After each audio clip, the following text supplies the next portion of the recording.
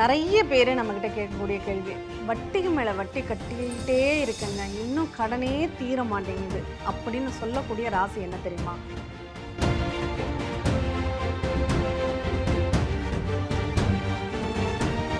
அட்சய லக்னத்தில் சில லக்னங்களுக்கு கடன் கட்டாயம் இருந்தே தீர வேண்டும்.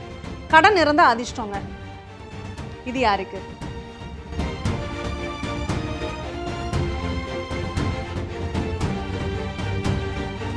யாரெல்லாம் வட்டிக்கு மேலே வட்டி கட்டிக்கிட்டே இருக்காங்களோ அந்த லக்னத்திற்கு அந்த வட்டி கட்டுவது என்பதே ஒரு பிரச்சனை, தீராத ஒரு நிகழ்வு அப்படின்னு இருக்கு.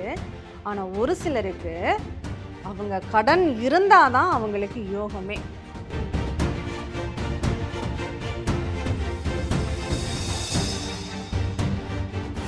பனிரெண்டு லக்னத்திற்கும் கடன் அப்படிங்கிறது நிச்சயமாக உண்டு. ஆனால் சில லக்னங்களுக்கு மட்டும் அந்த கடன் தேடியும் வரும், இவங்களாகவும் போய் மாட்டுவாங்க.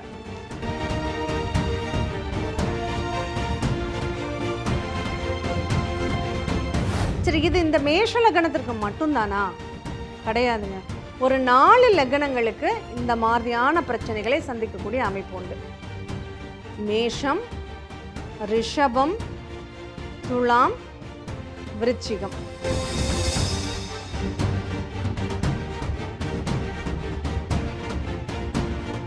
துலாம் லக்னத்திற்கும் அதே தான்.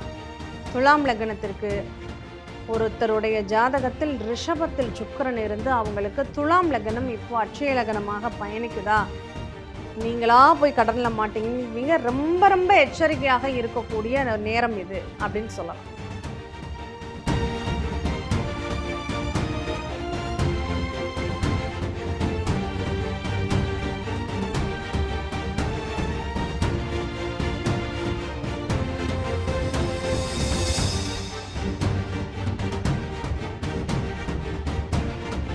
ஜோதிடத்தின் பரிணாம வளர்ச்சி ஏஎல்பி ஜோதிடம். இதை படிங்க, உங்கள் வாழ்க்கை உங்கள் கையில். அனைவருக்கும் வணக்கம். ஏஎல்பி அஸ்ட்ராலஜர் டாக்டர் சாந்தி தேவி ராஜேஷ்குமார். நம்ம நிறைய பேர் நம்மக்கிட்ட கேட்கக்கூடிய கேள்வி, வட்டிக்கு மேலே வட்டி கட்டிக்கிட்டே இருக்குங்க, இன்னும் கடனே தீர மாட்டேங்குது அப்படின்னு சொல்லக்கூடிய ராசி என்ன தெரியுமா? நம்ம ராசிங்கிறத விட லக்னம் என்ன தெரியுமா அப்படின்னு தான் கேட்கணும். ஏன்னா அட்சய லக்னத்தில் சில லக்னங்களுக்கு கடன் கட்டாயம் இருந்தே தீர வேண்டும். கடன் இருந்தால் அதிர்ஷ்டங்க. இது யாருக்கு? யாரெல்லாம் வட்டிக்கு மேலே வட்டி கட்டிக்கிட்டே இருக்காங்களோ அந்த லக்னத்திற்கு அந்த வட்டி கட்டுவது என்பதே ஒரு பிரச்சனை, தீராத ஒரு நிகழ்வு அப்படின்னு இருக்கு. ஆனால் ஒரு சிலருக்கு அவங்க கடன் இருந்தாதான் அவங்களுக்கு யோகமே அப்படிங்கிற ஒரு நிலை இருக்கு. அது என்ன மாதிரியான அமைப்புகள் அப்படிங்கிறது தான் நம்ம இன்றைக்கி பார்க்க போகிறோம். பொதுவாக வட்டிக்கு மேலே வட்டி கட்டி கட்டி கட்டி கட்டியே கஷ்டப்படக்கூடிய ஒரு லக்னம் அப்படின்னு சில லக்னங்கள் இருக்குது. அது அதுக்கு காரணம் என்னவா இருக்கும் தெரியுமா? அந்த நம்மளை தேடி ஒரு பிரச்சனைகள் வருது அப்படின்னா அதற்கு 12 லக்னத்திற்கும் கடன் அப்படிங்கிறது நிச்சயமாக உண்டு. ஆனால் சில லக்னங்களுக்கு மட்டும் அந்த கடன் தேடியும் வரும், இவங்களாகவும் போய் மாட்டுவாங்க.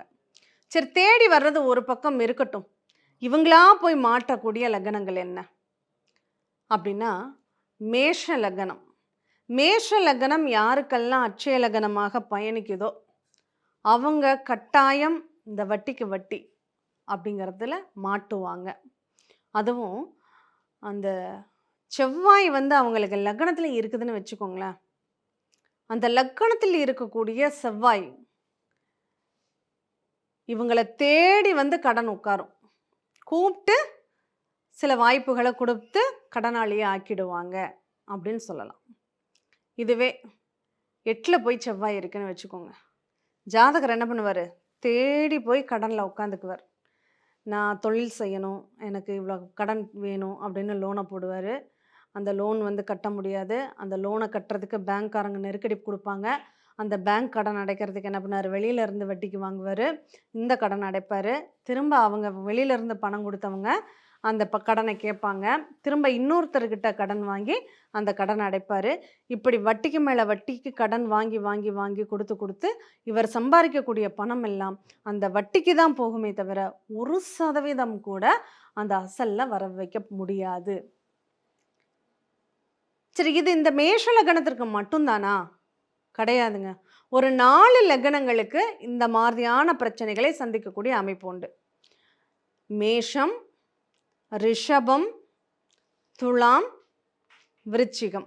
இந்த 4 லக்னங்களுக்குமே வட்டிக்கு மேல வட்டியா கட்டி வாழ்க்கையில ஓஞ்சு போகக்கூடிய ஒரு வாய்ப்புகளை கிடைக்கும். இதில நான் முன்னாடியே சொன்ன மாதிரி மேஷத்திற்கு பார்த்துட்டோம். இந்த ரிஷபத்திற்கு சுக்கிரன் லக்னத்திலேயே இருக்காருன்னு வச்சுக்கோங்க. ரிஷப லக்னத்திலேயே சுக்கிரன் இருக்காரு அப்படின்னா, அந்த ஜாதகரை தேடி கடன் வரும்.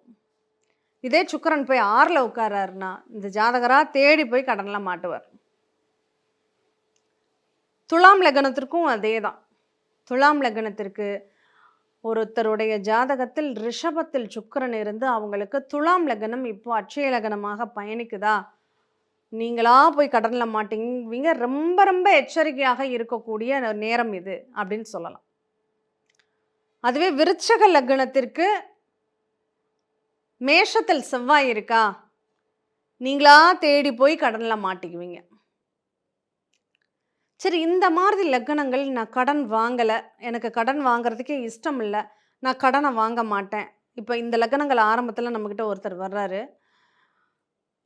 அவருக்கு இப்ப உதாரணத்துக்கு துலாம் லக்னம்னு வச்சுக்குவோம். சுக்கிரன் போய் 8ஆம் இடத்துல இருக்காரு. இப்ப இந்த ஜாதகர் நம்மகிட்ட வர்றாரு. நீங்க இந்த 10 வருஷம் கடனாளியா தான் இருக்கணும்.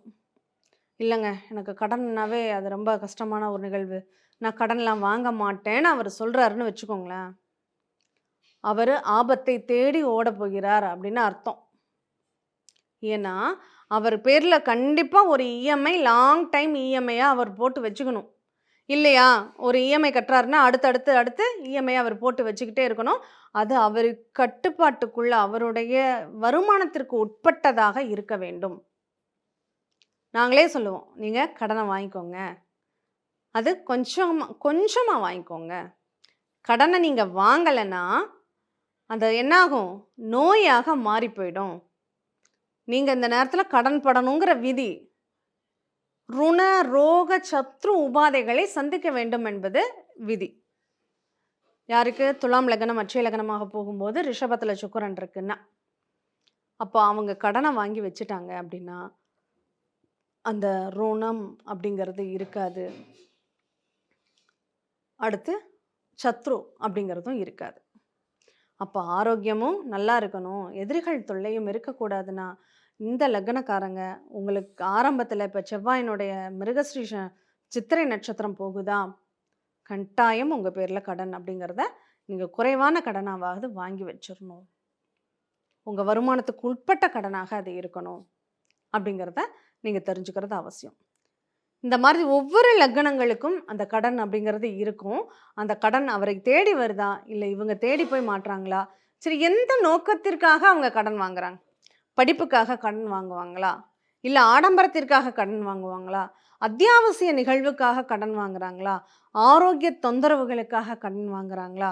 இல்ல ஏதாவது தொழில் பண்ணி லாஸ் ஆகி அந்த லாஸ ஈடுகட்டுறதுக்காக கடன் வாங்குறாங்களா?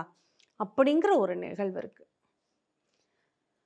இந்த மாதிரி ஒரு நெறைய ஏழ்பி லக்னம் மாற, மாற, மாற சில நிகழ்வுகள், காரண காரியங்கள் நம்மளால புரிஞ்சுக்க முடியும் அப்படிங்கிறதே நமக்கு ஒரு பெரிய பாக்கியம்ங்க.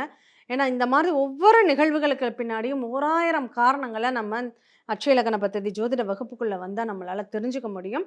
அப்படி தெரிஞ்சுக்கிட்டோம்னா, எதற்காக கடன் வாங்கலாம்? ஏன் கடன் வாங்கலாம்? அப்படிங்கிற ஒரு நிகழ்வ நம்மளால புரிஞ்சுக்க முடியும். அப்ப அந்த கடன்கிற ஒரு வார்த்தைக்குள்ள எவ்ளோ விஷயங்கள் இருக்கு பாருங்க. வட்டி மேல வட்டி கட்டக்கூடாது. நம்ம வாழ்க்கையில அந்த வட்டி கட்டி மாளக்கூடாதுன்னு நீங்க நினைக்கிறீங்கன்னா, கட்டாயம் ஏஎல்பி ஜோதிடம் படிங்க. அந்த படிக்கிறதே உங்களுக்கான பரிகாரம் சொல்லலாம். இந்த படிக்கிற வேலையெல்லாம் நமக்கு இல்லங்க. எனக்கு எழுத படிக்க கூட தெரியாது. நான் என்ன பண்ணட்டும்? அப்படின்னு நீங்க கேட்கறது எனக்கு தெரியுது. நீங்க என்ன பண்ணணும் அப்படின்னா, முருகப்பெருமான பிடிச்சுக்கோங்க.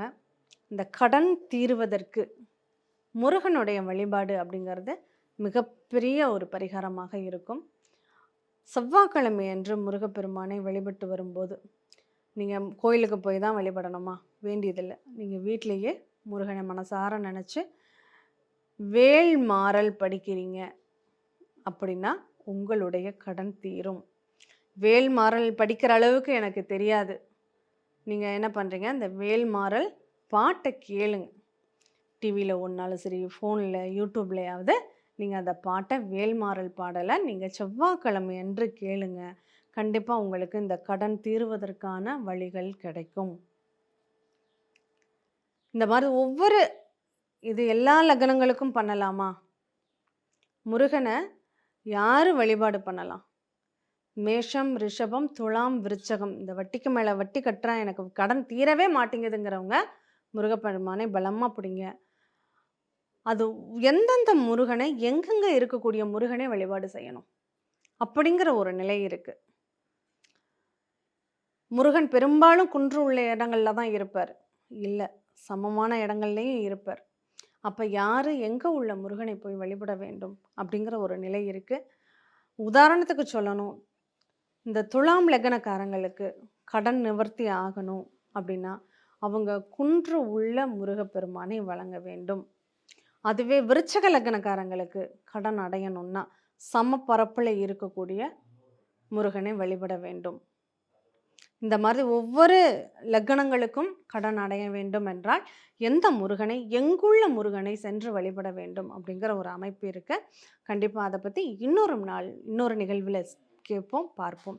மீண்டும் இனியதொரு நிகழ்வில் சந்திப்போம். நன்றி, வணக்கம். சித்தர் பூமி